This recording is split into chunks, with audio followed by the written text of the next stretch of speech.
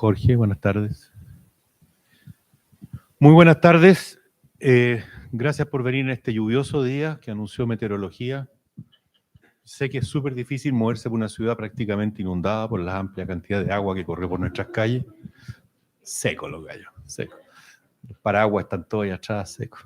No, gracias por estar acá en esta tarde en que presentamos el número 48 de nuestra revista de la Asociación de Oficinas de Arquitectos.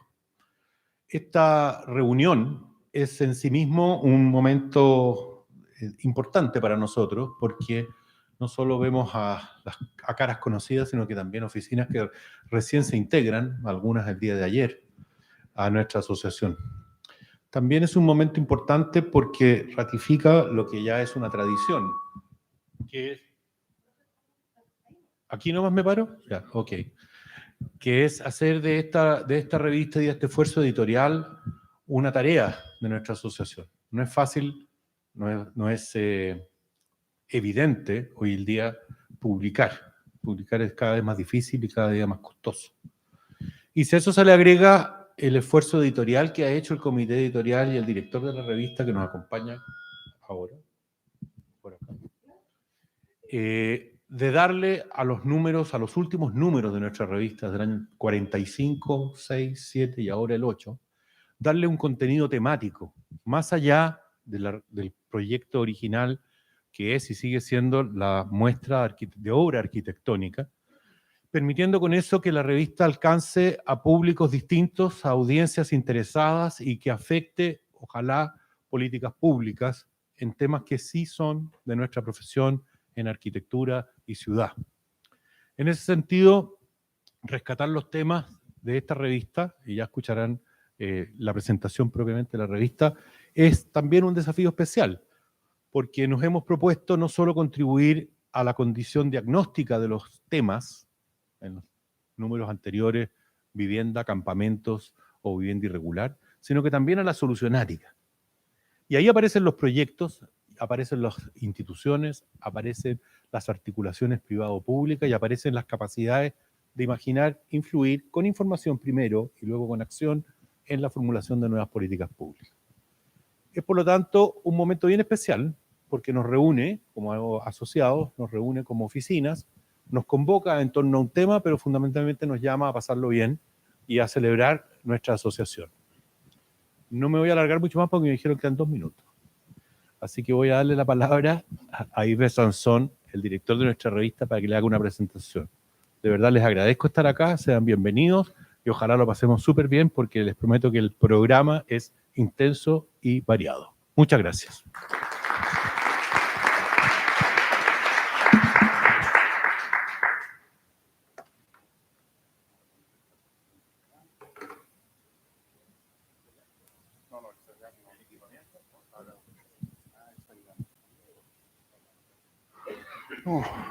Bueno, el presidente, en parte de sus palabras, me robó el principio de mi discurso, pero no importa, yo soy muy ordenado y yo escribo todo lo que digo. Así que voy a partir y lo voy a repetir, pero es interesante insistir en ello.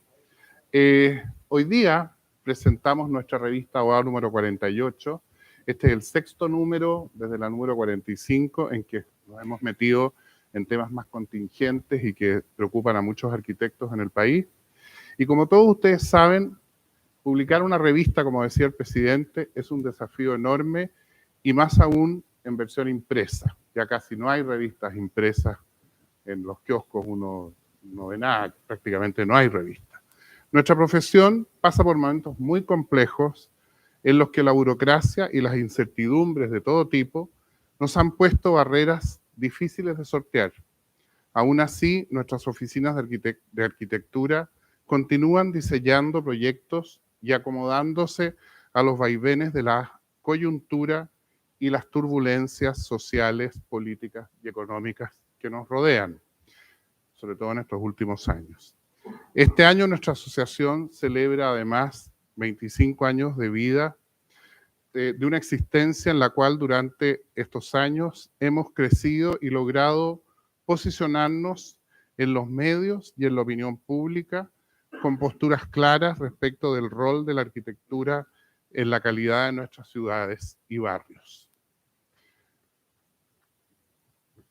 Nuestra relación con las autoridades, tema muy importante para todos nosotros, se ha enriquecido con el contacto permanente de nuestro presidente y de nuestros directores, que entregan tiempo valioso para lograr mejores políticas públicas en materia de leyes y reglamentos.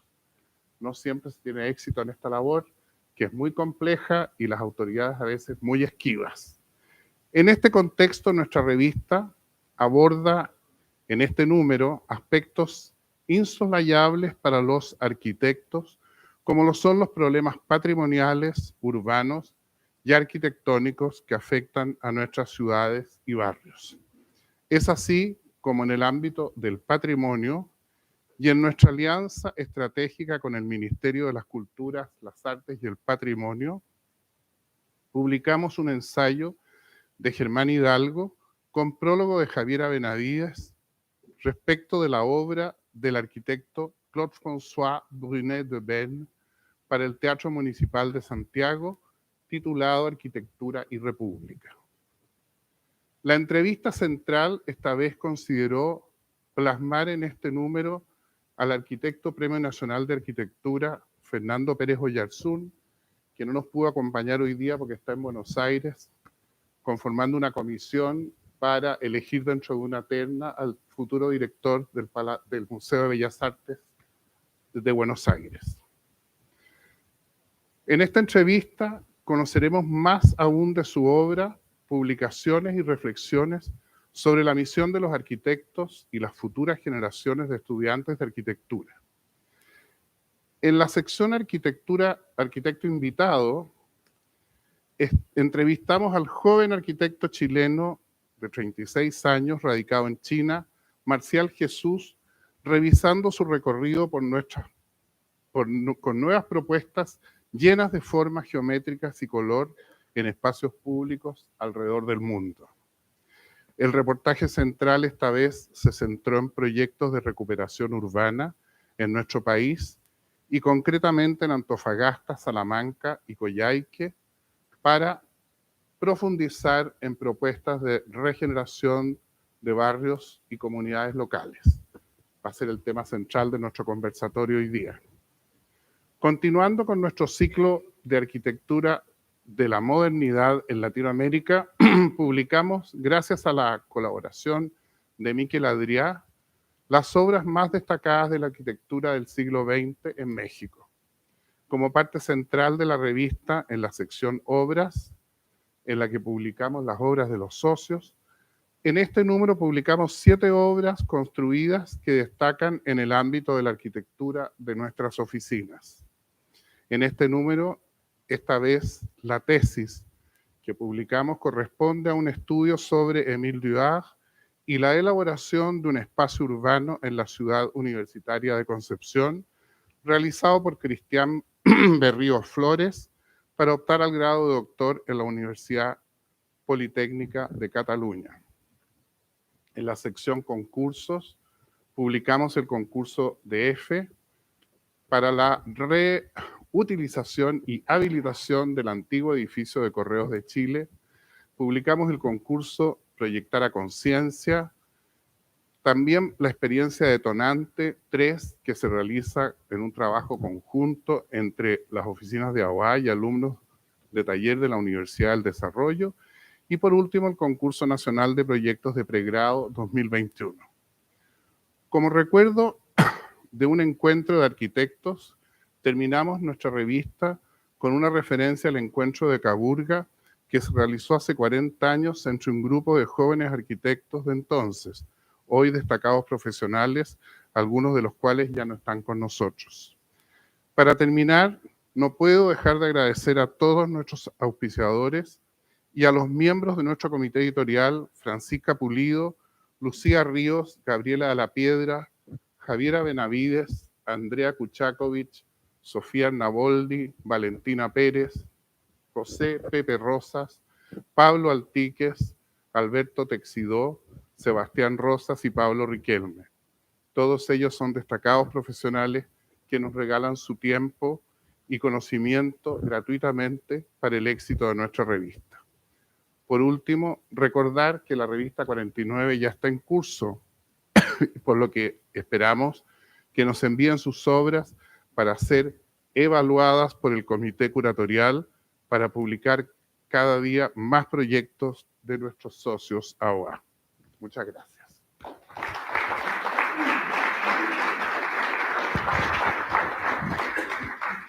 Bueno, ahora voy a dejar a Alberto Texidó, que va a ser nuestro presentador del siguiente panel.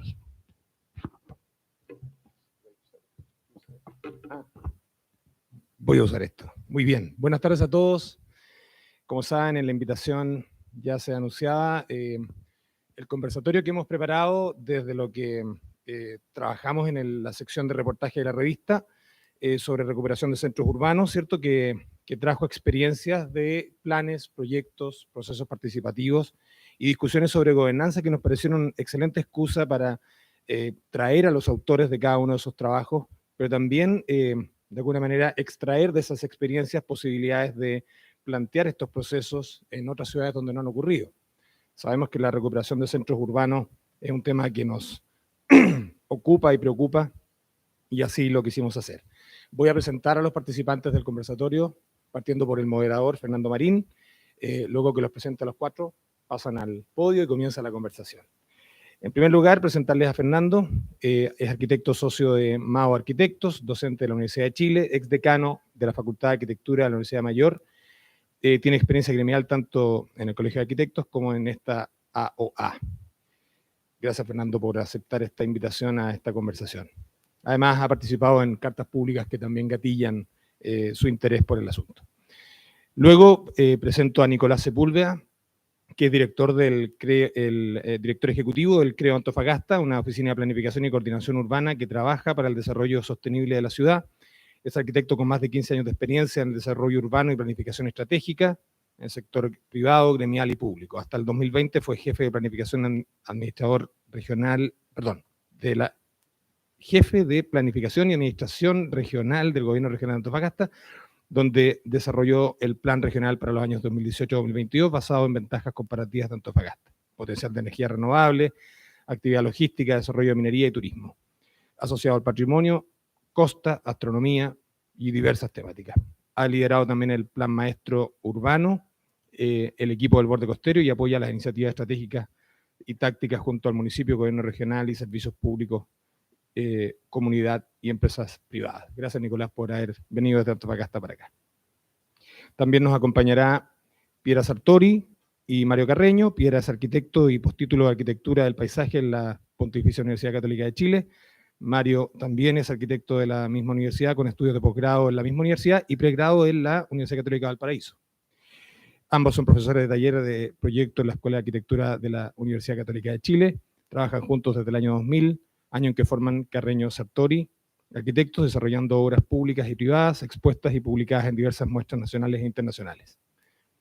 Ellos también participan aquí en el reportaje con una sección dedicada a su trabajo interesantísimo en Salamanca. Gracias también por haber aceptado esta invitación. Y por último, Martín Andrade, que es arquitecto de la Pontificia Universidad Católica, máster en Medio Ambiente de la Universidad de Melbourne en Australia, cofundador de la Fundación Mi Parque, ex coordinador de Parques Urbanos del MIMBU. Se desempeñó como arquitecto senior en el equipo de planificación de espacios públicos de la ciudad de Melbourne. Luego fue director de Parque Metropolitano de Santiago durante los años 2019 y 2022. Y actualmente es director ejecutivo de la Corporación Ciudades, que también nos va a compartir su experiencia en Coyhaique. Gracias a los cuatro. Pueden pasar al podio y comenzará esta conversación. Muchas gracias. Al final de esta conversación va a haber un espacio de consultas. Va a haber un teléfono, un WhatsApp que se va a anunciar en la pantalla para que puedan hacer consultas por WhatsApp. Si es que hay, entonces al final tenemos 45 minutos para la actividad, así que se va a mostrar ese teléfono para quienes quieran hacer las preguntas. Bien, Fernando, muchas gracias. Gracias, Alberto. ¿Se escucha o no? ¿Se escucha? Sí. ¿Se escucha bien? Ya, me tocó el Chayán, como dicen. A mí sí que me tocó el Chayán. Bien, muchas gracias a nuestros invitados, muchas gracias obviamente a todos los presentes. Como decía Yves, ha sido un periodo de muchas turbulencias, y entre ellas el deterioro urbano que a todos nos tiene complicado, digamos, algunos más que a otros, algunos nos complica tanto que nos ponemos a mandar cartas al diario, y que hoy día me dijeron que por las cartas al diario me tienen acá. Me subieron al escenario porque escribo mucho, entonces que me haga responsable.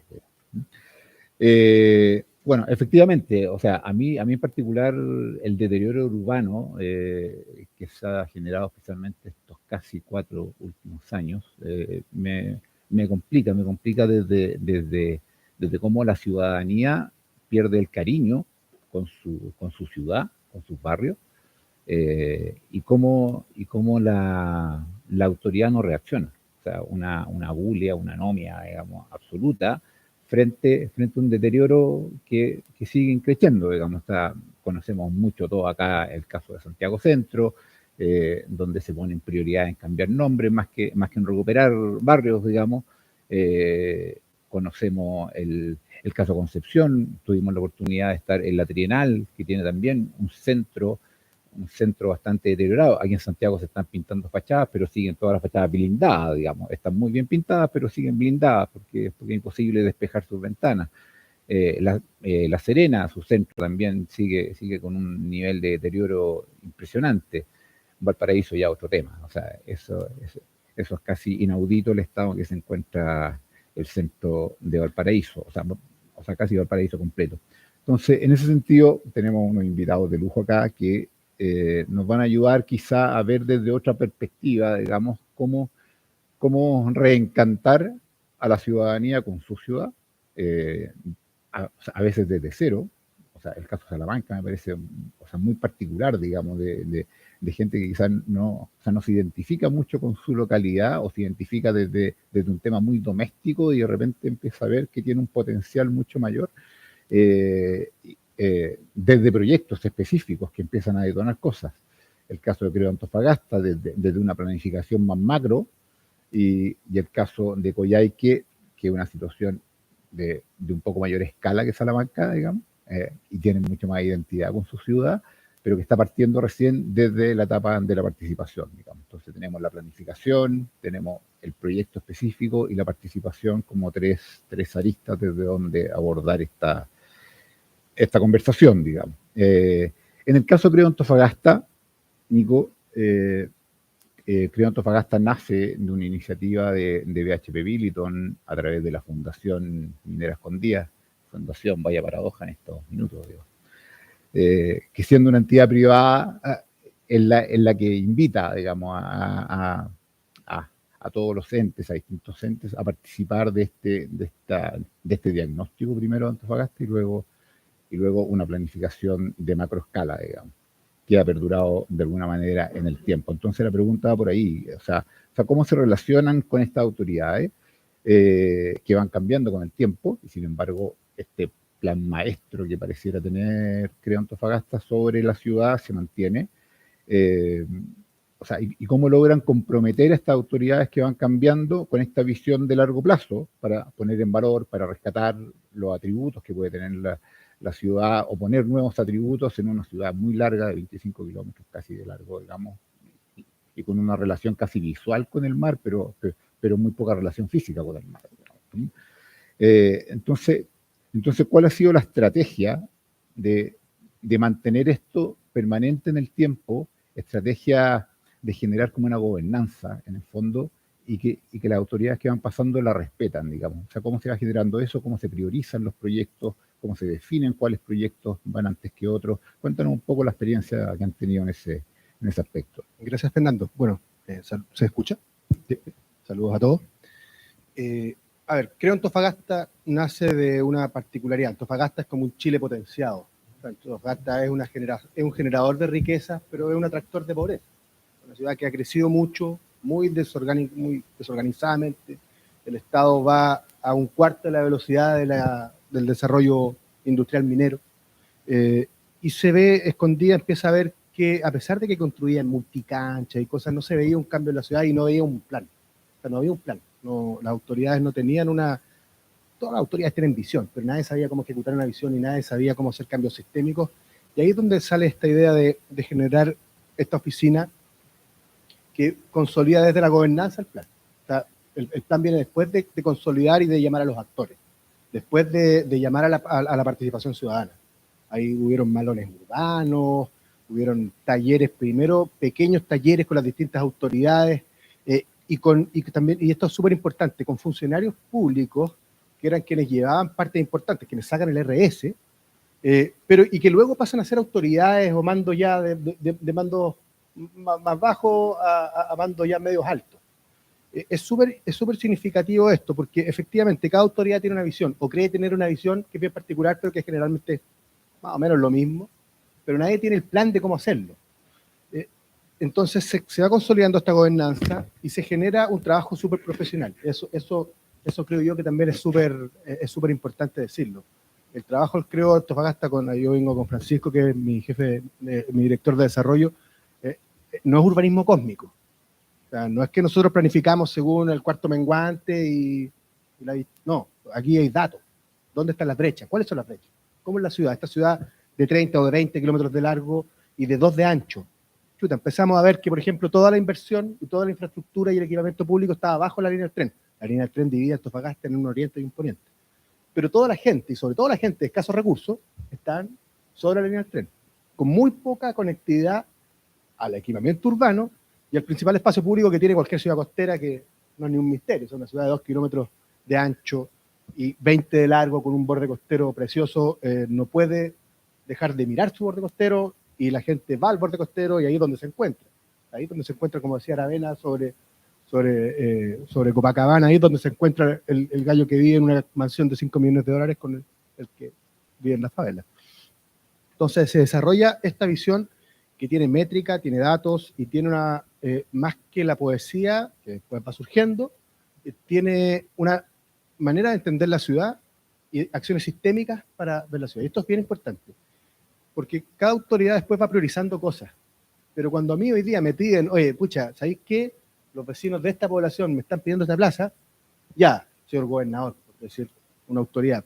Pero además esta plaza se conecta con esto, falta esta vereda, esta calle conecta con el transporte público, pero no está pavimentada, y aquí hay 4 espacios públicos que son incluso más importantes que este. Entonces, ¿qué le parece si es que trabajamos en esta cartera a corto, mediano y largo plazo?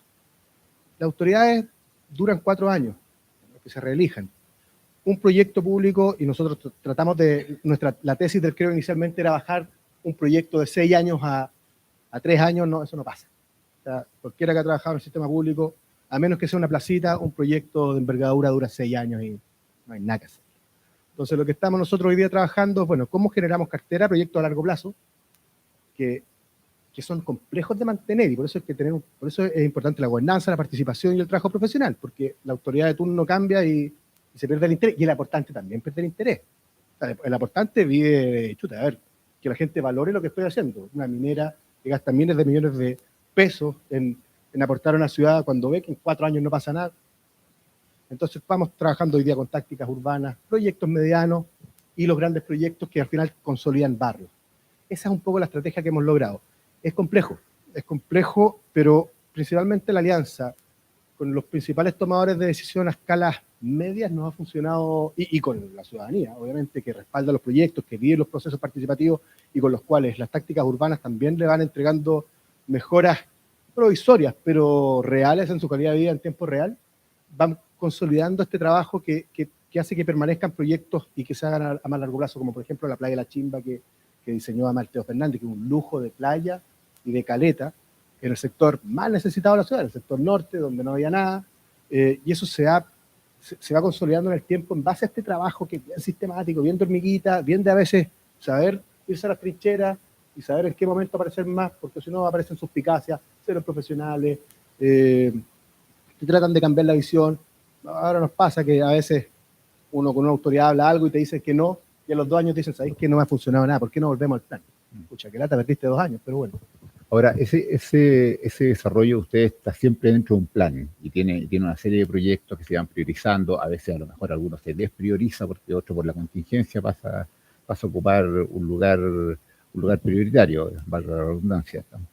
En el caso de Salamanca, o sea, parece distinto cómo se va gestando esto, que parte, entiendo, hoy día hablaba con Mario, parte de un concurso público, ustedes se ganan sobre el edificio consistorial de Salamanca, luego el gimnasio, que es otro concurso que se ganan, y ahí empiezan a aparecer proyectos que ustedes, o sea, en la manera de proyectar a través de la arquitectura, los empiezan a transformar en un plan, digamos, en un plan de trabajo, pero siempre con el apoyo de una autoridad. Entonces es como una estrategia distinta, digamos, que parte desde la unidad, desde la intervención, versus desde la planificación. Entonces, ¿cómo logran que esta sumatoria de proyectos, en el fondo, logre finalmente ser un plan? ¿Y cómo logran que eso, finalmente, además, la ciudadanía se identifique con ello?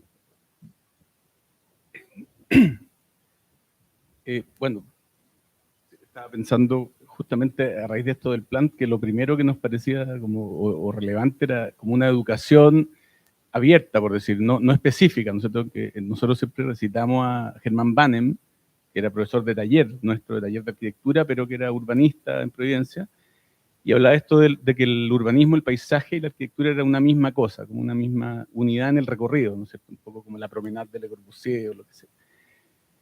Entonces, bueno, con esa como ancla, por decir, de partir, llegamos a este primer proyecto en una ciudad que había sido, primero se había derrumbado en el terremoto.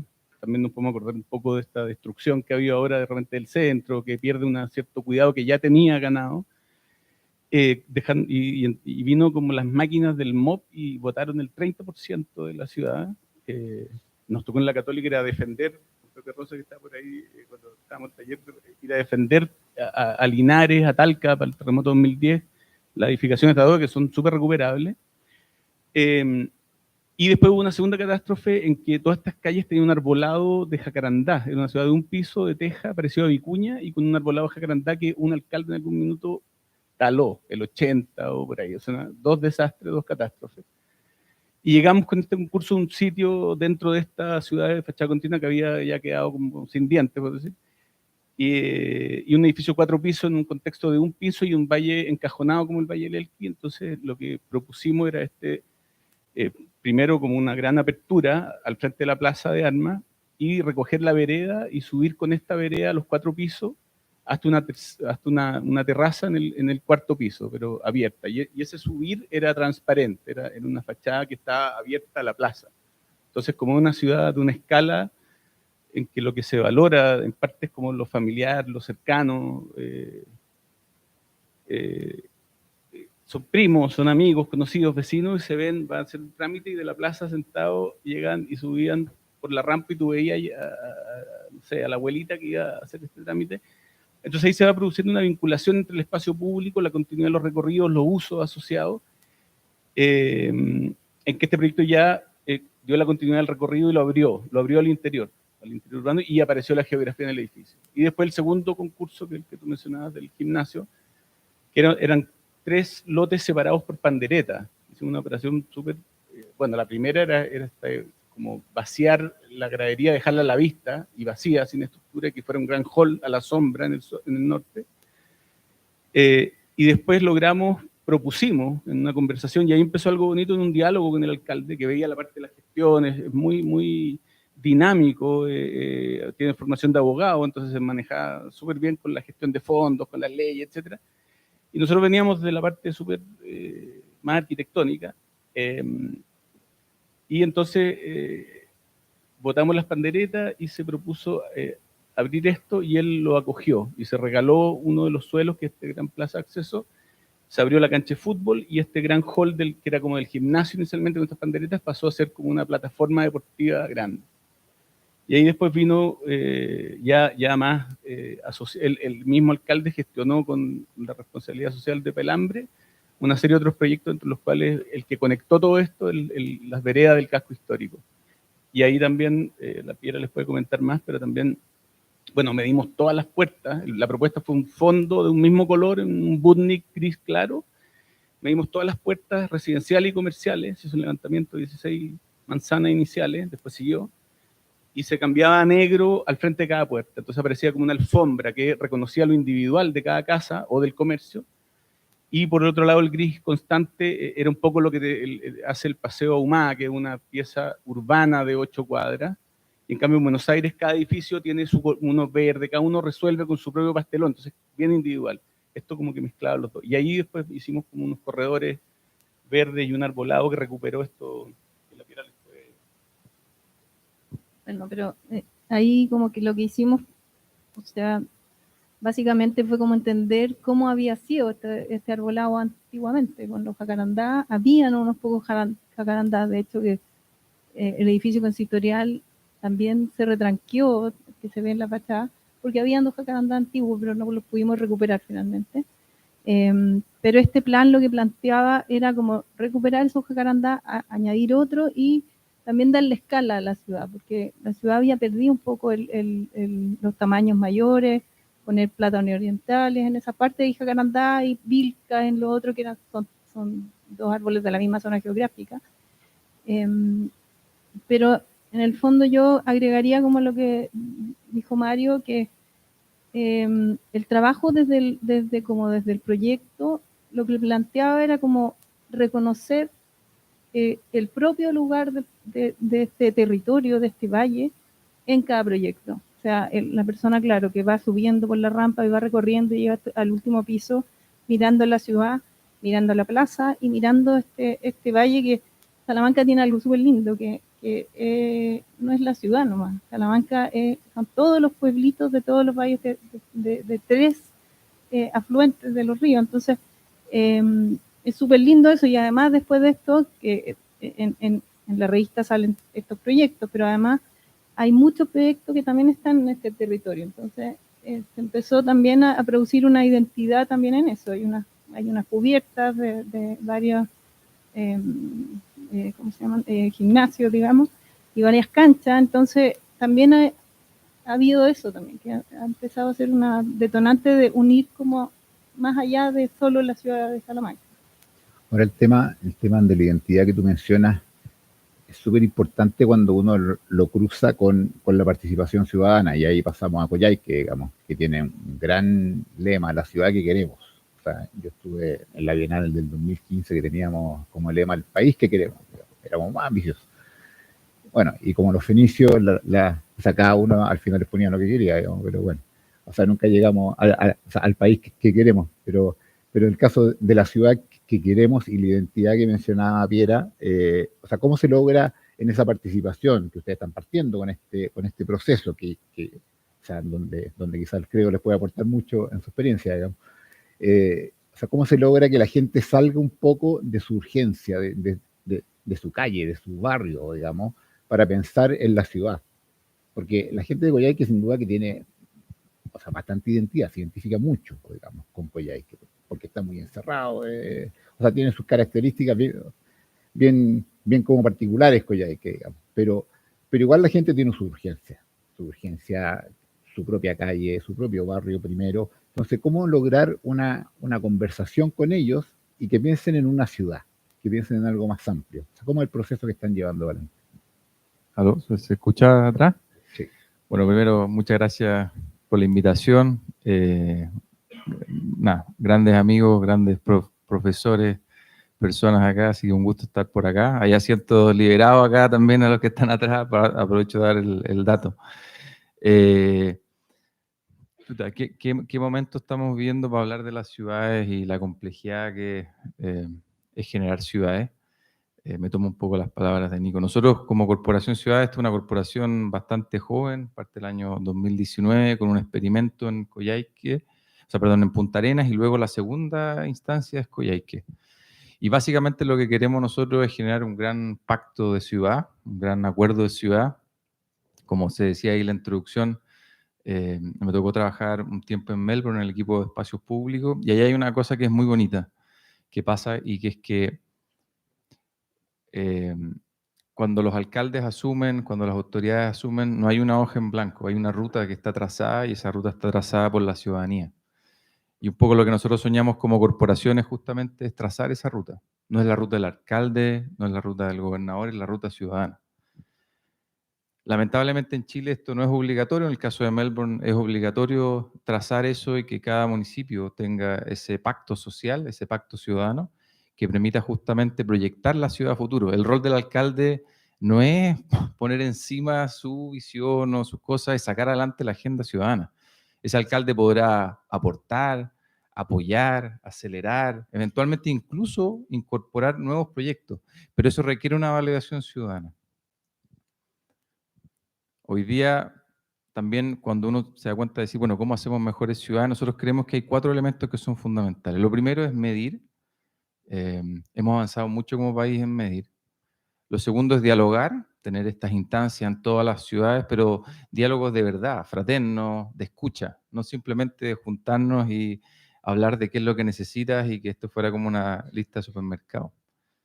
No solamente dialogar, sino que acordar. Muchas veces nos quedamos ahí en el diálogo, en lo que hay que hacer, y bueno, ¿y qué sacamos adelante? Y luego en el hacer. ¿Ah? Y nosotros como Corporación Ciudades tratamos de vincularnos justamente en esa articulación. Una de las cosas que, de alguna forma, contestando tu pregunta, nos ayudan a ir generando esa confianza al final, de poder involucrarse. Claro, cuando tú entras y empezamos a hablar de qué es lo que quieres, falla, obviamente. Entonces, esto es un proceso largo, no son procesos de un día para otro, son procesos que duran 10, 12 meses, donde vamos instancia por instancia, viajamos una vez al mes. Hemos tratado hoy día en nuestra metodología generar encargados locales, nos encantaría, así como tiene Creo, que no solamente se desarrolla el plan localmente, sino que también hay una oficina que está permanentemente apoyando esto. Y el eje central del trabajo y lo que valida y lo que motiva va justamente para poder no centrarse en la cuadra que rodea mi casa, es la participación ciudadana. Y una de las metodologías que nosotros tratamos de impulsar muchísimo en el trabajo de la corporación es entender cuál es el ADN de la ciudad. Y esto es una pregunta que parece súper simple, pero una pregunta compleja, difícil. Porque uno se da cuenta que hay muchas ciudades que no se han preguntado cuál es su ADN. Y ese ADN es algo que hay que cuidar, es algo que hay que tratar de proyectar y el cual debiese ser el orientador de todas tus decisiones. Eso es algo que nosotros ponemos mucho énfasis. El otro aspecto que ponemos también mucho énfasis, y un poco también lo que plantea Nicolás, es empezar a reconocer la ciudad, a querer la ciudad. Una de las metodologías también es decir, cuáles son los íconos más importantes de la ciudad. Hoy día estamos trabajando en Iquique, en Alto Hospicio. Imagínense la complejidad en Alto Hospicio. ¿Cuáles son esos lugares que te identifican? ¿Cuáles son los lugares que te generan orgullo? Identificar esos lugares, esos procesos, es algo muy importante. Y por último también, y ha sido parte del éxito, de nuevo, no mirar solamente esa escala de barrio, es que trabajamos en esto, y muy similar ahí también en Creo, en una mesa de trabajo súper transversal. O sea, todas las decisiones que tomamos son entre 80, 90, se convocan a más de 300 personas que van cambiando en el proceso, de los más diversos sectores, que acuerdan y generan este pacto social.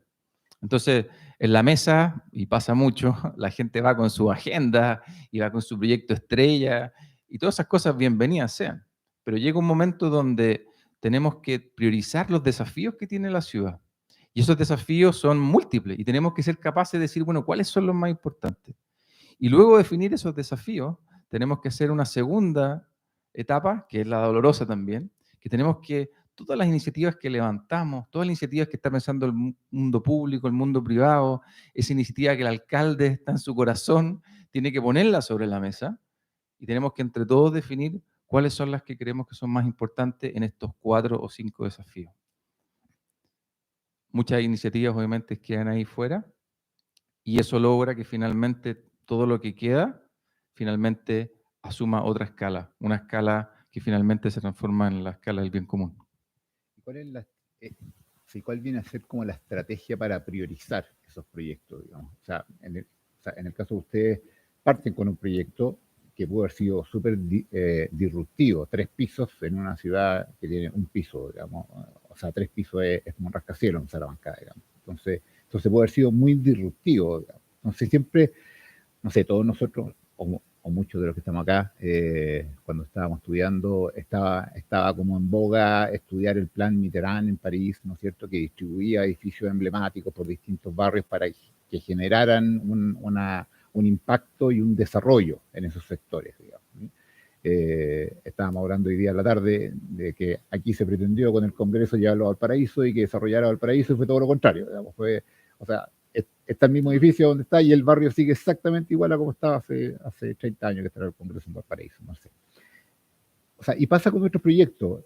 Viendo la Trienal del Sur, fuimos a ver este edificio Boca Sur de servicios públicos, Boca Sur, que no pasó nada con el edificio, y era un edificio diseñado por Milan Reich, de gran arquitectura, ¿no es cierto?, que se pensaba que iba a detonar un desarrollo de la zona, pero no había esa identificación. Entonces, esa identificación, ¿desde dónde parte? Desde el usuario, parte desde un buen proyecto de arquitectura que integra los espacios públicos. O sea, ¿cómo pasó en Salamanca el hecho de que fueran apropiándose los vecinos de estos nuevos edificios que iban apareciendo un poco disruptivos, digamos? O sea, ¿cómo fue la experiencia ahí? Esa pregunta es bien interesante, en el sentido de que en una ciudad que tenía una condición patrimonial, ¿no es cierto? Aunque estaba con como era una ciudad que tenía como una cierta pena en el sentido de esta demolición que hubo, que el MOB mandó unas retroexcavadoras, después esta poda de estos preciosos jacarandás que hacían como una ciudad jardín del norte, ¿no es cierto? Muy necesaria la sombra, además de interior. ¿Cómo entrar con esta cosa? Claro, que uno podría nombrar disruptiva, pero lo primero era no ser disruptivo como en la observación, como más desprejuiciada de lo patrimonial propiamente tal, pero cuidando ciertas formas de vida, ciertas comunidades, un tono cercano también, ¿no es cierto? Este tono, esta ciudad, por ejemplo, una fachada abierta en una ciudad de fachada cerrada, pero que trajo algo nuevo. Yo creo que en eso es bonito siempre pensar esto como desde la arquitectura, ¿cierto? Independiente de todo el valor de la gestión, al final llega a un punto del proyecto en que la parte creativa, por decir, que es la que a nosotros tal vez nos animó a estudiar arquitectura a todos los que estamos acá, etcétera, tiene algo bien bonito, y aquí lo hemos visto como súper, o sea, hoy día esto de la identificación, y la gente se va a sacar la foto con la familia al edificio consistorial, por ejemplo. O después están estos eventos también, en el caso de este gimnasio, al final es como un teatro, esta gran explanada, ponen pantallas, también hay una gestión asociada de cosas más eventuales, de la gestión del día a día, por decir, de cosas de baile o de música, o traen campeonatos, hay todo un movimiento que empezó a crecer en base a estas obras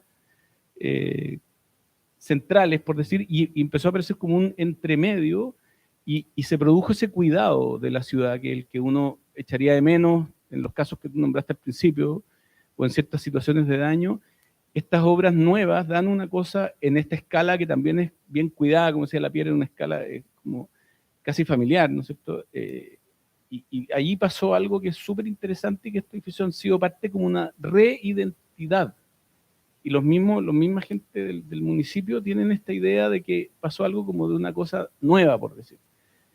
Que es bien complejo en la discusión patrimonial, ¿no es cierto? Esto da como para todo rollo, pero eso nuevo, ¿no es cierto? Esto de hacer siempre como buscar una cosa con una cierta fineza en la proximidad, un cuidado con la participación ciudadana. O sea, todas estas cosas son fundamentales, ¿no es cierto? Tener estas reuniones, conversación y todo, pero se ha ido formando algo que para nosotros es súper interesante, y que también nos pareció súper bonito desde la revista, como que se armó esto de verlo ahora, esta cosa, que fue una conversación con el equipo de planificación de 10 años, nosotros llevamos, no más, 15 años por lo menos, o más, 18 años creo que llevamos trabajando, y de repente empezábamos a darle vuelta, como mirando algo, atendiendo a cierta cosa. Por ejemplo, el río estaba perdido. No, la ciudad nunca pensó en el río, y fuimos hablando, y al final otra oficina, no nosotros, hicieron un proyecto de parque desde la Secretaría de Planificación Municipal, pero se construyó ese borde que está asociado por una recta hasta este gimnasio que está como en el pie de monte, con el cementerio al fondo. Entonces se ha ido como reconstituyendo, por decir, una cosa que mezcla y que recoge lo antiguo, los ritmos de ello, todo esto, en algo como más actual.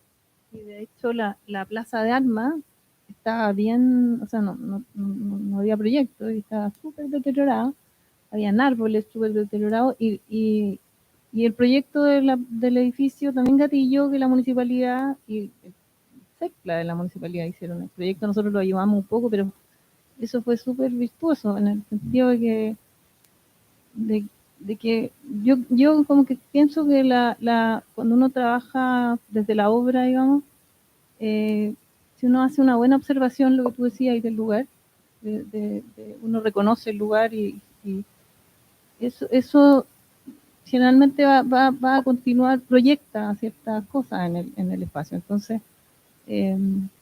Entonces tiene que ver con eso, con observar desde dónde viene Ahora, el proyecto. O sea, tú dices, tú reconoces el lugar y sin darte cuenta reconoces como una necesidad también, digamos, que hay en la ciudadanía.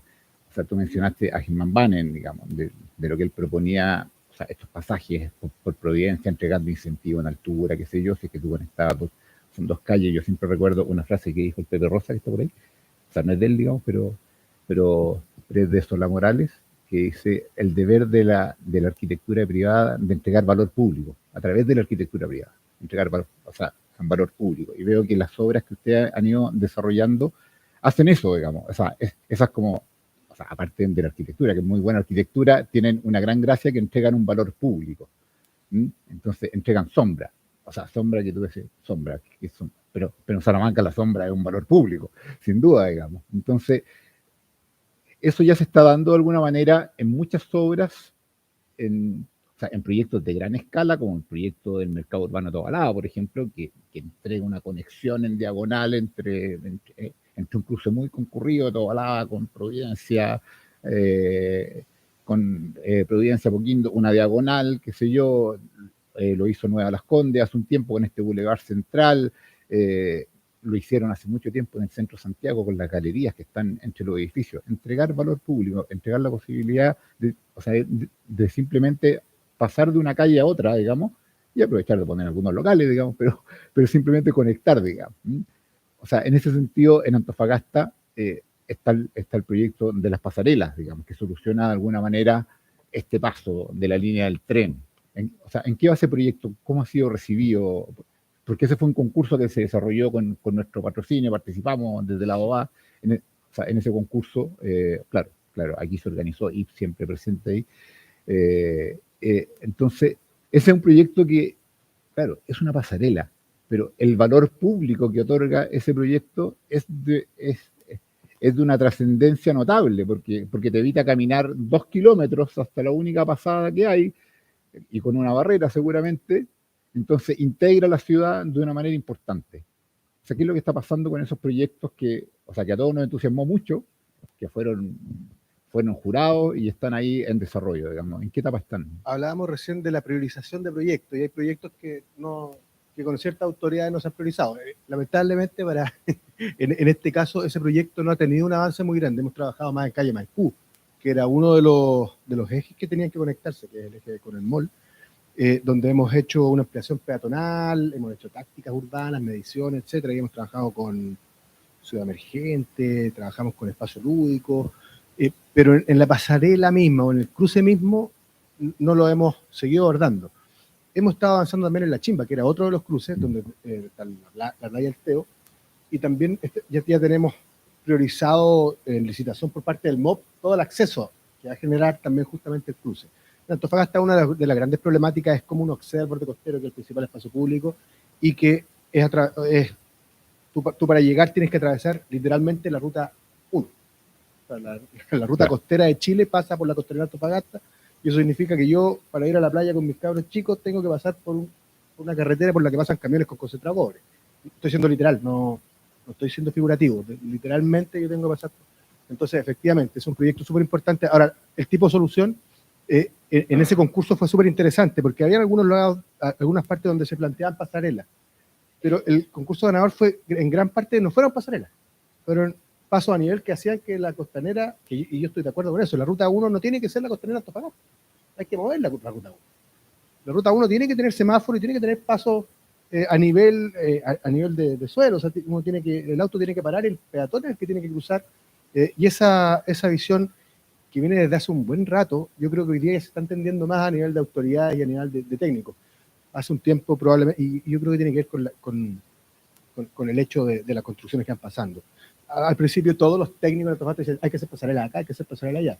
Se pusieron pasarela en la autopista y nadie la ocupa, entonces se escucha, en verdad, ya hay que pensar bien dónde va la pasarela y dónde no. Entonces, pero- claro, en ese proyecto... Bueno, pero mira la pasarela que hicieron ellos acá en el Parque Vitacura, ¿no? O sea, también hay una cosa de diseño también que puede aportar de ahí. diseño también de condición. Cuando tú cruzas, por ejemplo, el Parque Araucano y cruzas Manquehue, claro, esa pasarela es bien es una extensión del parque. Cuando tú tienes que hacer cuando tú en vez de un recorrido de 18 metros recorres 50 metros, ya empieza a dar lata a cruzar la calle y la gente se salta la barrera. Entonces termina siendo más peligroso. Entonces hay que ver dónde va una pasarela. En Coloso, por ejemplo, que es el extremo sur, la Chimba el extremo norte de Antofagasta, Coloso el extremo sur. Y ahí estamos trabajando con Escondida mismo, con la minera Escondida que tiene ahí su puerto. La comunidad quería y lo veía como era su proyecto, uno de sus proyectos antes, era una pasarela. Nos costó, yo creo que 4 años sacarles ese proyecto a la cabeza. Una pasarela por una costanera por la cual pasaban 4 camiones diarios. La gente quería una pasarela. Y esa pasarela hacía que el borde costero, en vez de ser un parque, un borde costero muy acotado, en vez de ser un parque, pasara a ser la bajada de la pasarela, se recibía la pasarela, y una vía de seguridad, porque como es ruta 1 tienen que pasar los camiones, o sea, se perdía el borde costero por hacer una pasarela. Entonces también hay que enamorarse del problema y no de la solución. Eso es como un poco el concepto. Hay que entender que a veces la gente dice, no, es que queremos pasarela porque vamos a poder cruzar más fácil, más seguro. No, a veces el tema es que el auto tiene que parar, el peatón es el que tiene que prevalecer, y hay que replantearse las soluciones dogmáticas que a veces algunos tienen. Y ese concurso un poco abrió esa discusión. Yo creo que fue súper valioso porque al final del planteamiento terminó siendo una sola pasarela, que era la del ferrocarril, que no tenía mucha más opción. Pero el resto pasaron a hacer pasos con semaforización, a nivel de acera, y todas las preferencias para el peatón y para el ciclista. Gracias, Nico. Mira, yo tengo varias preguntas más, pero entiendo que tenemos abiertas las preguntas al público y aquí, Alberto, una. Dale, porque yo puedo seguir, digamos, yo tengo. Sabiendo que tenemos diversas ciudades que no han iniciado estos procesos, en cada una de sus experiencias, ¿cómo crearían plan, participación, proyecto y gobernanza hacia una replicabilidad o hacia la villana?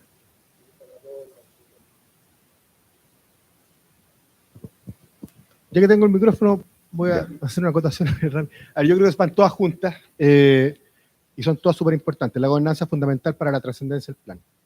Los proyectos son súper importantes porque obras son amores. O sea, en la medida que uno no muestra una ejecución, se pierde la dinámica, se pierde el momentum del plan, se pierde la gobernanza, y por eso hemos ido poniéndole cada vez más valor a las tácticas. Pintar una escuela en un barrio vulnerable, con la participación de la gente, de verdad es un proyecto abre lata.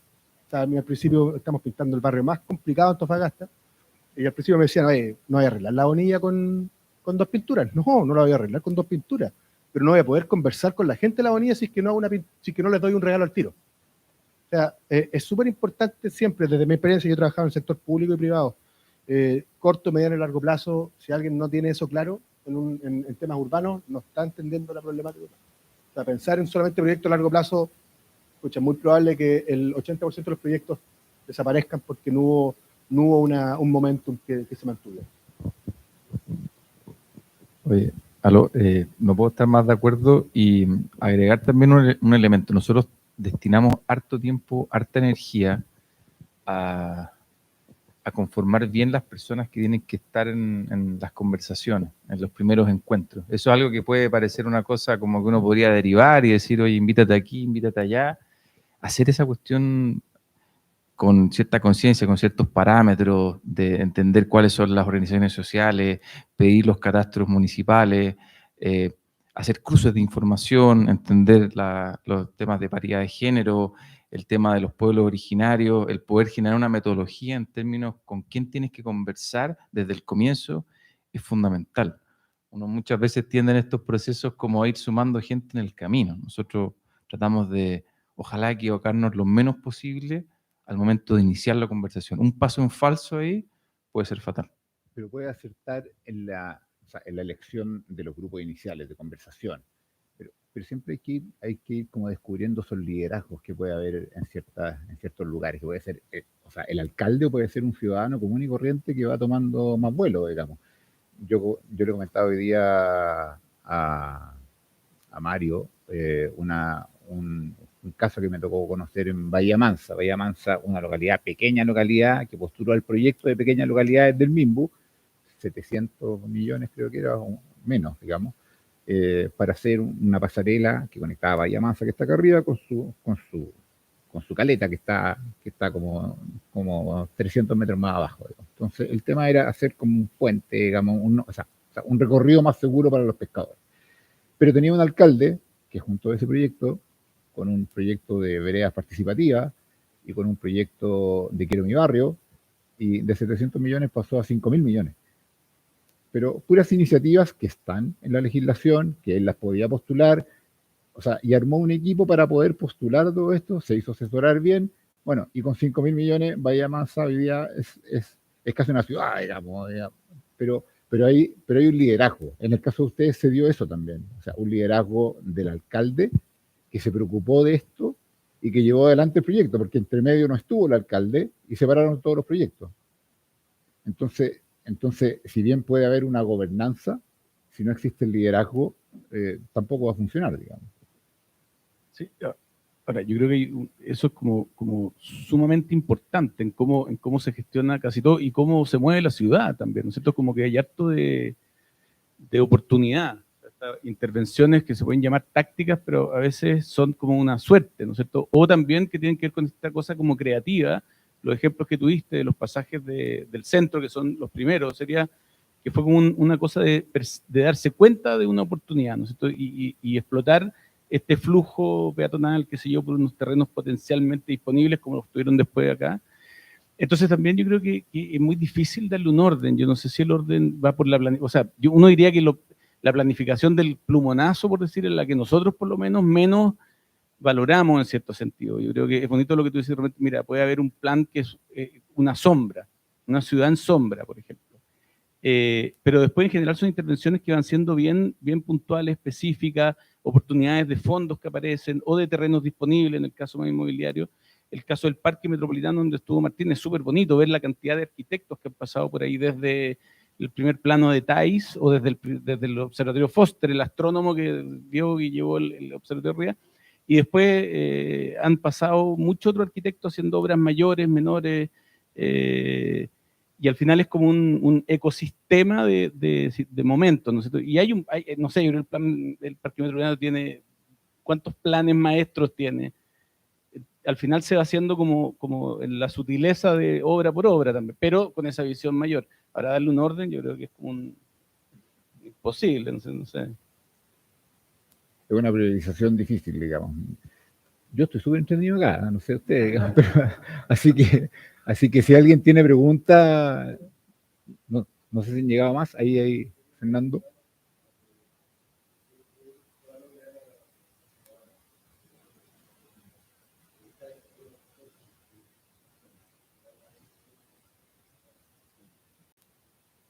Sí.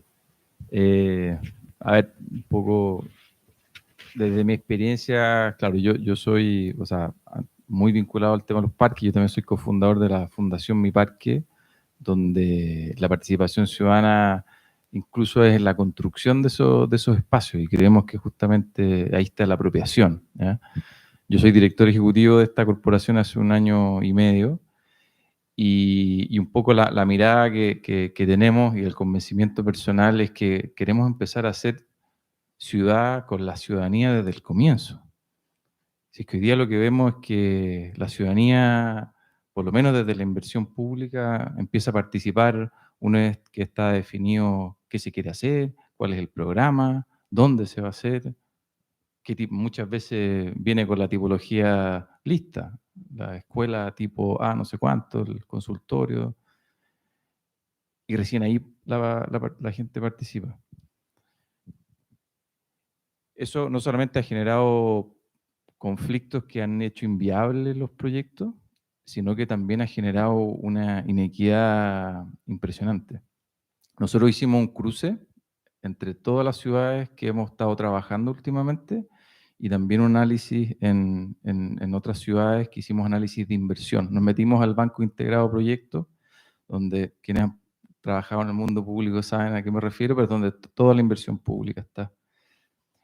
Y hay una los descubrimientos son brutales. O sea, el Estado está prácticamente exacerbando la inequidad urbana. Y esas con las mejores intenciones. Solamente lo que hemos visto, el patrón en todas las ciudades que hemos analizado, solamente el 12% de esa inversión se está ubicando donde más se necesita. El 12%. Eso es abismante, porque probablemente todos los que estamos acá, y por eso nos interesa el tema, queremos esta palabra que dicen equiparar la cancha, ¿no es cierto? Y lo estamos haciendo todo al revés. Es impresionante. Entonces, ¿cómo queremos revertir eso? Con participación ciudadana, con esa mirada, con respecto al entendimiento de lo que se necesita, con respecto a la priorización de esos desafíos. Entonces, nosotros queremos hacer, como les comentaba al principio, esta ciudad desde las personas. Creemos que esa hoja de ruta, ese trazado hacia dónde queremos llegar, tenemos que hacerlo con las personas. Creemos que es la única forma. Vemos que quizás con las mejores intenciones el Estado cree que está ayudando, pero al menos las cifras que nosotros vemos es que vamos en la dirección totalmente opuesta. Quiero complementar un poquito. ¿Escuchan? Sí. La participación, creo que Antofagasta nace en un momento en que la participación ciudadana efectivamente era llegar al MOB, le gusta el edificio sí o no. Y a esa altura la participación no sirve para nada. ¿Qué es decir? Que te dicen que no. Vaya a gastarte otros 200 millones para hacer, ya no podí. La participación ciudadana tiene que ser al principio, sobre todo. Al final ya para que la persona decida cuántos pernos lleva un sombrero no tiene sentido. O sea, de verdad tiene que ser desde el principio para que la gente le haga sentido y para que ese proyecto permanezca y trascienda en el tiempo y a los cambios de administración. Eso es fundamental. Pero también hemos ido aprendiendo que la participación ciudadana, uno tiene que ser pesado en las participaciones ciudadanas. Cuando uno guía un proceso de participación y hay que pararle el carro a alguien, hay que hacerlo. Porque si no, la conversación se banaliza y no se avanza en nada. Se requiere de equiparar la cancha no solamente en cuanto a infraestructura, sino que también a nivel de la conversación. Y cuando tú de verdad paras el carro a alguien, esa conversación cambia. Para bien. A mí nunca me ha pasado de tener una pelea en una participación ciudadana y que la cuestión haya terminado mal. Al contrario, después me dicen, oye, en la cancha, todo quedó en la cancha, ¿cierto? Sí, todo quedó en la cancha. Pero eso permite que después la conversación sea más madura y sea en verdad en torno al problema y no a la solución que esa persona tiene preseteada.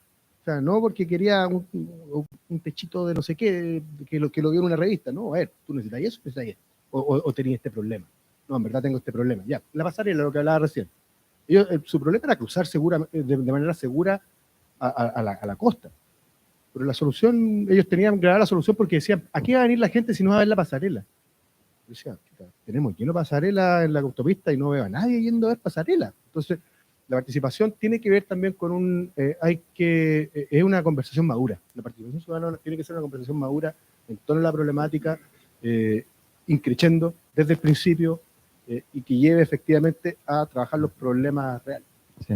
Yo, complementando eso, estamos sobre todo en temas de ciudades, hemos hecho un análisis interesante que uno empieza a cruzar datos, y aquí hay mucha gente que probablemente sabe mucho más que yo, de que hoy día nos hemos estado llenando de instrumentos de planificación y tenemos los PLADECO, los planos reguladores, tenemos los PYME, tenemos estos planes estratégicos. Entonces, o sea, el nivel de saturación comunitaria que estamos generando en Chile es tremendo. Hay hoy día, no quiero nombrar municipios ni personas, pero municipios que están generando en paralelo 3 o 4 instancias que tienen que ver con participación ciudadana, y en todos los casos se están generando diagnósticos, en todos los casos están tomando decisiones, en todos los casos cuando incluso hay ya diagnósticos generados, consensuados, se están iniciando los procesos nuevamente. Es una cuestión gravísima. Entonces, probablemente todos los que estamos acá estamos de acuerdo, es importante la participación ciudadana, pero siento que estamos de alguna forma como sobrecalentando a las personas, y eso es una cuestión que es muy compleja. Yo creo que, y es parte de la agenda que al menos yo he visto desde el Ministerio de Vivienda, es cómo simplificamos cosas, cómo de repente cuando tú pasas a un cierto punto, digamos, o ya construiste una visión de ciudad con respecto a un instrumento, no tienes por qué volver atrás en el otro instrumento. Entonces, ahí hay un desafío para Chile enorme, fuera de todas las capas de información, permisos y qué sé yo, que es hacer ciudad, que es una cosa que imagino, Nico, te tiene ahí bien estresado ahí de poder sacar esa agenda. ya estamos cercanos al tiempo, así que la última pregunta, al menos desde mi parte, ustedes son unos grandes articuladores, finalmente, digamos, desde la corporación y ustedes mismos como gestores, digamos. ¿Cuál es el rol que ven? Y ahí voy a traspasar el desafío hacia nosotros mismos, hacia la OA, digamos, a nosotros como asociación gremial, de cómo ser parte de esta articulación, desde las oficinas, desde haciendo proyectos, desde el empuje gremial como asociación. O sea, cómo ven la participación de un gremio como este, digamos, dentro de su iniciativa o de iniciativas de este tipo en general, digamos. Mira, voy a... O sea, pónganos un poco el tema, pero alguna quiero ir meta, al tema- algún desafío. quiero ir a un tema que es bien, que creo que es bien incidente desde el punto de vista gremial y que tiene que ver con mostrarle a ustedes, como gremio, o sea, pero, a las entidades públicas las dificultades que tienen las oficinas de arquitectos de trabajar con el Estado. O sea, es muy común ver quebrar una oficina porque el RS no salió, entonces no te dan el último estado de pago, o por cuestiones así que al Ahí final... se van a salir preguntas. Sí, es que sé que esto toca mucho, o sea, pero es que por eso a eso quiero ir. O sea, hay cosas en las cuales uno puede incidir en instancias de participación cuando el gremio es invitado, nosotros invitamos a los gremios, eso sí, pero también hay cosas que son bien particulares, que es el dolor mismo aquí estamos en la OA, pero también en la Cámara de la Construcción también les pasa que encuentran una roca que no está catastrada y se demoran 4 meses en darte el ok del Ministerio de Desarrollo Social y no podéis tener a 300 viejos parados 4 meses, ¿no? O sea, eso no funciona y un privado le mete dinamita a la piel y se acabó el problema. Entonces, es súper importante esa interacción como gremio, de hacerle entender, oye, si esto no se trata que yo estoy tratando de ser ultra lucrativo en mi cuestión, es que no me da, si que tú me parás el trabajo 6 meses, yo voy a tener que dejarlo. Eso es súper importante hacerle entender, que el otro se ponga en el lugar del desarrollador con las dificultades que tiene de interactuar con un sistema que además, recién Martín hablaba sobre los instrumentos de planificación, pero la permisología en este país es una cuestión que no es insufrible. O sea, un permiso, sacaste un permiso y se te caducaron otros 3, y cuando lograste actualizar los 3 te caducó el otro. Entonces, Y vale poquito el permiso que sacaste. 400 permisos tiene un proyecto de gran escala. Imagínate. O sea, hoy día las estadísticas hablan de que el 80% de un desarrollo es toda la etapa previa y un 20% la ejecución del proyecto, finalmente, digamos. Entonces, bueno, yo estoy, o sea, más que satisfecho personalmente. Le quiero agradecer Nico, Mario, Piera, Martín. Creo que ha sido muy entretenida la conversación, al menos para mí, entiendo para ustedes también. Así que les quiero agradecer. Por favor, un aplauso a nuestros invitados. Muchas gracias.